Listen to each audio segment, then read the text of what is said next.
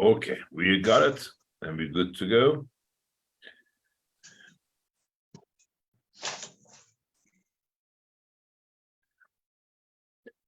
Let me reassure you that there is no such word as Rabbicide, even though it does describe pretty accurately the subject of tonight's shiur.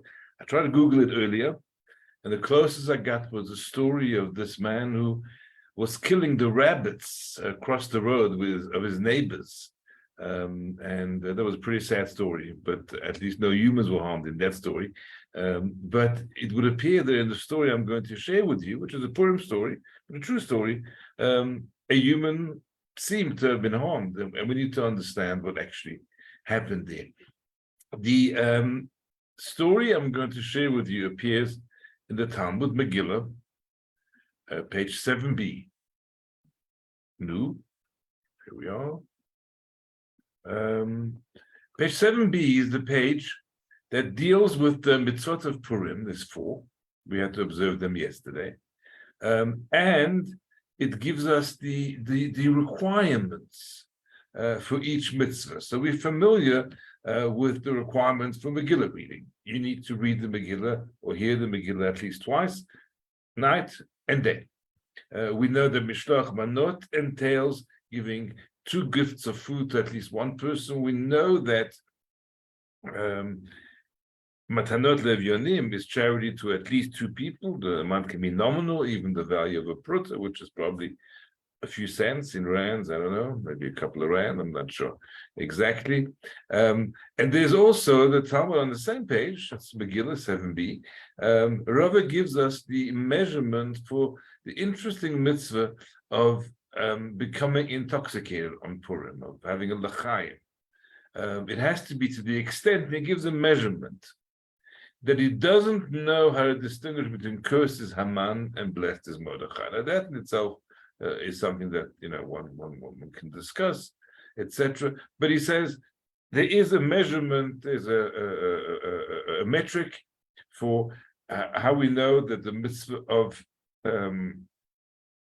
becoming intoxicated on Purim was fulfilled. So some people will say, well, if I have 1 glass of wine, I go to sleep, and then I don't even know who Mordechai is, never mind Haman. There are various ways that this can be interpreted, and we're not going to go there. The reason I included the Hebrew text is because that phrase, ad de lo yada, until he doesn't know, is actually become the phrase that describes Purim carnivals in Hebrew in Israel. They actually combine it into one big word, one long word, ad lo yada. In fact, as in this picture here of a carnival, I forget in which city, but you can see people gathering on Purim all dressed up, I forget, and the sign ad de lo yada. So until you don't know anymore, that's become kind of the synonym with the Purim carnival. And Talmud then goes on to share a very interesting story.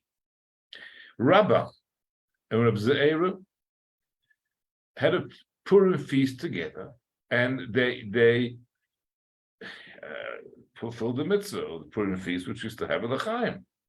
The point is that it went so far that the Talmud says Rabbah arose and slaughtered Reb Ze'era. The next day, which is today, or the day after Purim, he asked for Hashem to extend his mercy, and he revived Reb Ze'era.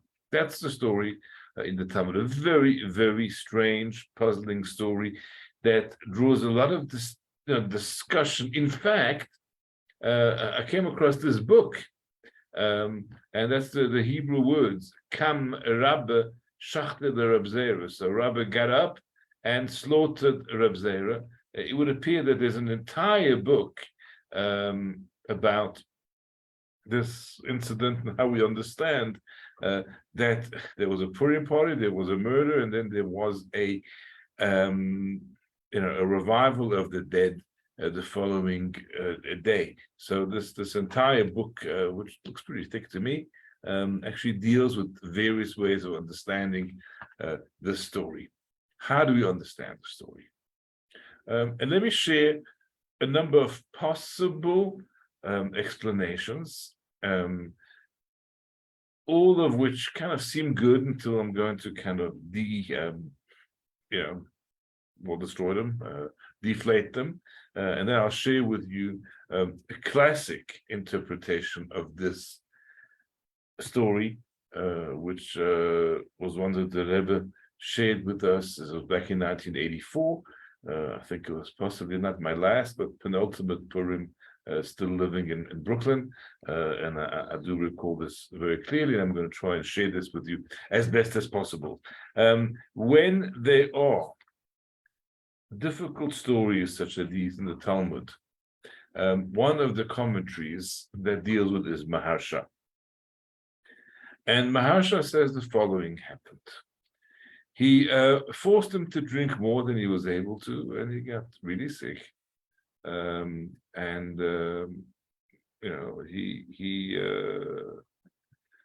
nearly died. He was very, very ill. And the next morning, Rabbi realized what had happened, and he turned to Hashem and said, "Please, Hashem, heal my friend, heal my colleague." And this is what happens. So Maharsha kind of says the slaughtering, the killing is not to be taken literally. It was more he was kind of really, really, really ill as a result of imbibing of strong wine, and this is why Reb Zera had to pray for him. Another fascinating interpretation of the story is one given by Rabbi Yaakov Emden, and he says the following. He didn't kill him. He did a Purim show. And, the magicians do, illusionists, with the lady in the box that's cut in half. So he did this, but not with the stomach, but with the head.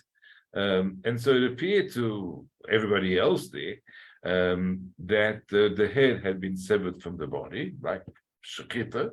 You slaughter an animal, you cut the head. It was such an effective illusion that Reb Zera himself, got very, very frightened as a result, and he was, very, very, very ill in the effects of that, panic attack that he had there. And Reb Zera then, Rabbi prayed for him to recover.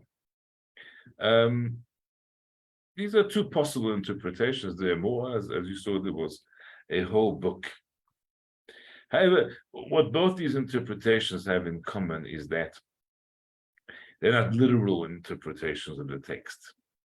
Does the Talmud have to be taken literally? So there are many stories in the Talmud that can be understood not exactly at face value. There are many stories in the Talmud that are of the realm of what we call Agadah. And one famous example of this is, I think, Rabbi towards the end of Baba Batra, there's an entire chapter. It's called Amocher Tasfina. It's the name of the chapter, and it talks about the travels of this Amora, who went through seas and deserts, and the things he relates that he witnessed on his journeys are simply fantastic. But many of them are not necessary to be understood literally as he actually saw that, but they have deeper meanings of a Kabbalistic nature, of a what's called remez. They allude to various things, or maybe they're just use of hyperbole, which is common. We talk about a whale that was 16 stories high. We're just trying to say an enormous whale, and there are lots of tales about whales in this, because he was doing sea journeys and so forth. So those would be just kind of exaggerations, hyperbole, or there would be stories where they allude to something which is deep, not to be understood literally. That is in the part of the Talmud that's called Agadah. And there is actually a collection of all the Agadic extracts of the Talmud, and the book is called Ein Yaakov, and actual commentary there as well. From the 20 volumes of the Talmud, Ein Yaakov is about 4 or 5 volumes. It's in the other room, so I can't check. I think it's 4 volumes, depending on the edition. So it's obviously a portion of the Talmud. Most of the Talmud is not Aggadic, but halachic. So it's not narratives and stories, it's actually halacha. Megillah 7b happens to be a halachic section of the Talmud. As I mentioned, it gives us the metrics for how we fulfill the mitzvot of Purim. It's very halachic, it's very clear, this much, that many times, and so forth. In the middle of a section on halacha comes the story of Rabba and Reb Zera, but it cannot be taken as exaggeration, hyperbole, a story that's got a deeper meaning. One's got to understand it as literally as possible, and this is where the interpretations I've quoted until now fall a bit flat. Plus, this is what happens next.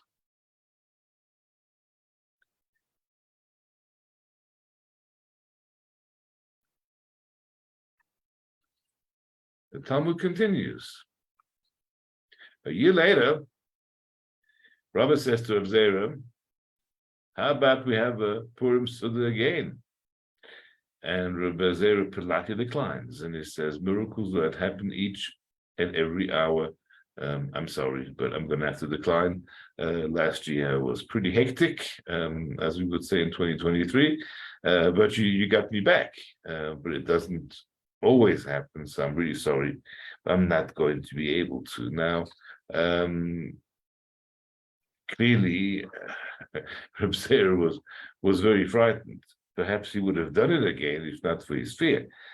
So let's understand what was so exciting, that he would have wanted to do it, and what his fear seemed to be real.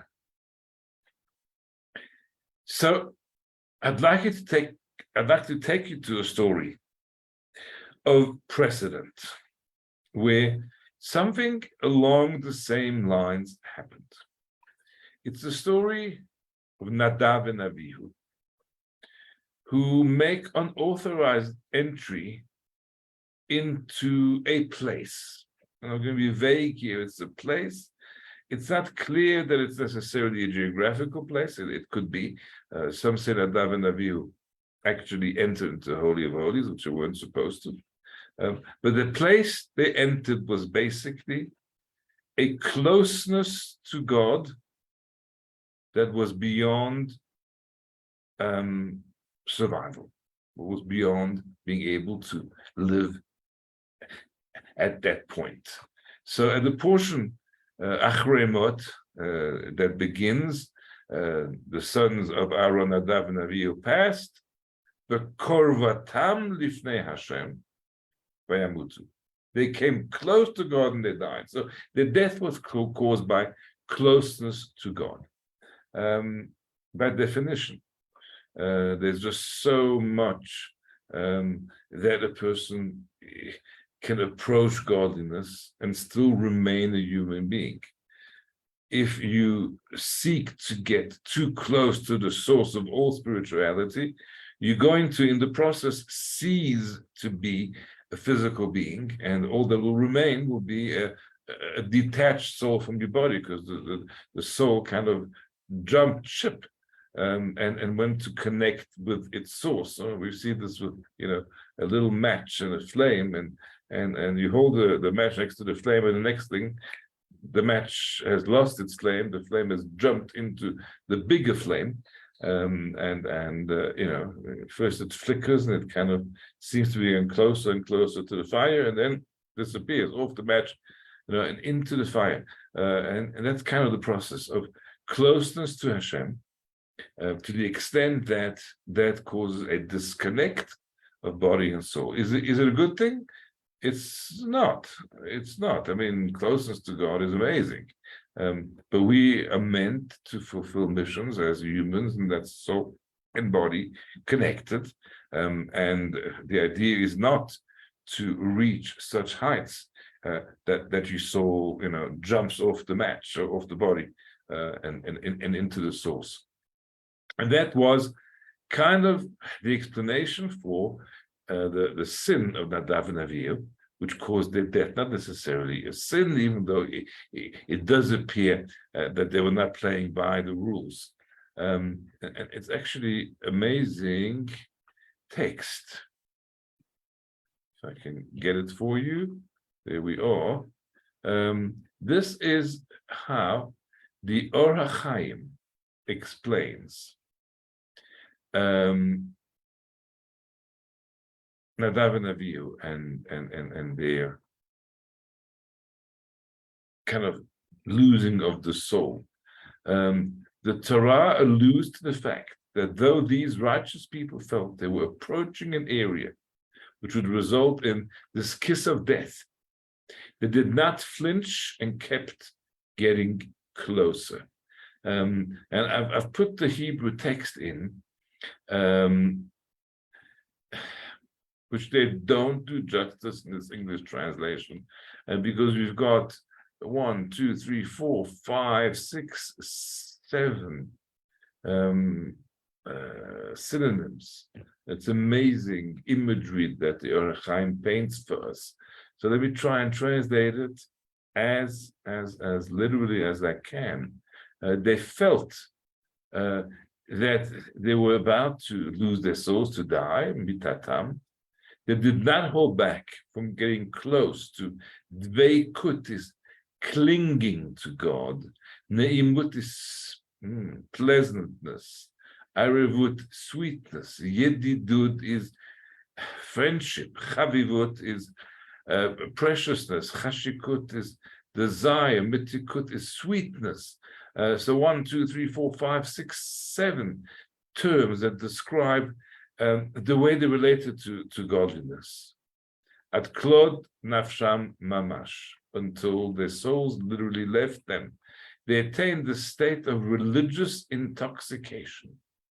The desire of their souls to fuse with the divine was so overpowering that they no longer made decisions in which their powers of conscious perception were involved. So those are the words of the Holy Or HaChaim describing what caused them to give up that. But note the word intoxication, which is significant. In fact, it is also suggested that one of the mistakes was going into the temple intoxicated, having had wine, and that's inferred from the fact that the instruction, the commandment that's given immediately after the incident is right away, a drunk person shall not serve as a Kohen. So from that, there's the inference that maybe this is what their sin was, their mistake was, and that's why they lost their lives. But it's actually all very strongly interconnected. What happens when a person drinks? A person who drinks, well, gets drunk. What's being drunk? Being drunk is about losing inhibitions and opening up. And what comes out? What comes out if somebody is drunk is what they're keeping hidden inside. It's sometimes very close to their true personality and their real essence. And it's unfortunate that we watch some people get drunk and behave in very undignified ways, use language that is coarse and inappropriate, make advances to people in ways that really, should not take place and would never have taken place if the person was in full control or acting in full inhibited mode. But the intoxication removes the inhibition. You're working uninhibited mode. Those are things that you really always wanted to say, but you're careful with what you say, how you act, what you do, how you dress, and so forth. But what's really coming out is your true essence. And sometimes wine helps to reach greater spiritual heights. And that's what the intoxication of Purim is really about. It's about removing those barriers. And if you are already a person predisposed, I mean, a great rabbi who says a Chaim may reveal Torah at a level that normally he wouldn't. It's about, breaking open those inhibitions and allowing a deeper self to come out. So many of us don't trust ourselves getting drunk because we may say things that we're going to be sorry about afterwards because we don't trust ourselves. We're not 100% comfortable that the inner essence is one that would do us proud, so we continue to be that inhibited person. Purim is about saying a l'chaim and making sure that the place that you get to and you go to is a high recognition of the spiritual dimensions of yourself. When Nadav and Avihu have a l'chaim before going into the temple, whether they violated a rule or not, is not the discussion. That breaks down the inhibition. They, clinging and longing for closer connection with Hashem, and maybe in a sober state, they would have said, "Hey, wait a second. If we're gonna go any nearer to God than we already have, and not in the physical sense, but obviously in the spiritual sense, things are going to turn really ugly, and our souls may say goodbye, and that's it. And we're going to lie here." As in fact eventually happened. They had removed the inhibitions, and they ended up being kind of out of control and getting so close to God that their souls left them. And what happened with Rabbi and Reb Zera is along the same lines. The Rabbi, a great scholar, great teacher, master, is trying to get Reb Zera to appreciate and to reach spiritual dimensions as we can on Purim, because it's a day with amazing spiritual energy, because this is the day when a great miracle took place, and that in itself denotes the amazing spiritual energy of that day, and the deliverance that happened in the physical sense to the Jews then, but that can also happen to each of us in a physical and spiritual sense on the day of Purim. So Rabbi says, Reb Zera, come, let's come together, and let's capitalize on the Purim energy. Let's get intoxicated. Let's have some wine, and let's soar spiritually. And he pulls Reb Zera. The words used in the Gemara is that shachte, he started him. But what does the word shechita really mean? The Talmud in Chulin, that deals with the laws of Shechita, that teaches us the following. When it says, V'shachat, that word V'shachat, Shechita we're familiar with, really means umashach, which means he will draw. And what does it say there in the text in the story? Kam Rabba arose, so Rabba goes up to a higher level, and he then shachte, he tries to draw Reb Zera with him. Reb Zera, unfortunately, it appears, is not ready for that level of revelation. Interesting, but if you look at their names, it explains a lot. Rabba means the great, the big. So sometimes you will see on a bar mitzvah invitation that it will tell you that there'll be a kiddush rabba or a big kiddush at the end of the meal. The kiddush on Shabbos morning, which is really short, it's just one little bracha. It's actually called euphemistically kiddush rabba, the big kiddush, because that's our rabbi's sense of humor. In Hebrew, a great grandparent is called a saba or safta rabba. So that's great, the word rabba. So rabba is great. Zera is the Aramaic word for little. Zair, which means a little bit in Hebrew, actually, also. And Zera, in fact, in the Jerusalem Talmud, the same Reb Zera has his name spelled with an additional ayin, which means the little one. So we're talking about the ability to contain within them greater levels of godliness. In other words, the ability to be able to remain a human, to remain a physical human being with soul body connected, and how much capacity they have to be able to then soar to greater heights. And Rabba's, the great one, was bigger than Reb Zera, who was the little one in the spiritual sense in that context. So Rabba and Reb Zera went to the same place. Rabba survived. Reb Zera literally experienced the Nadav and Avihu out of body experience of having the soul leave him.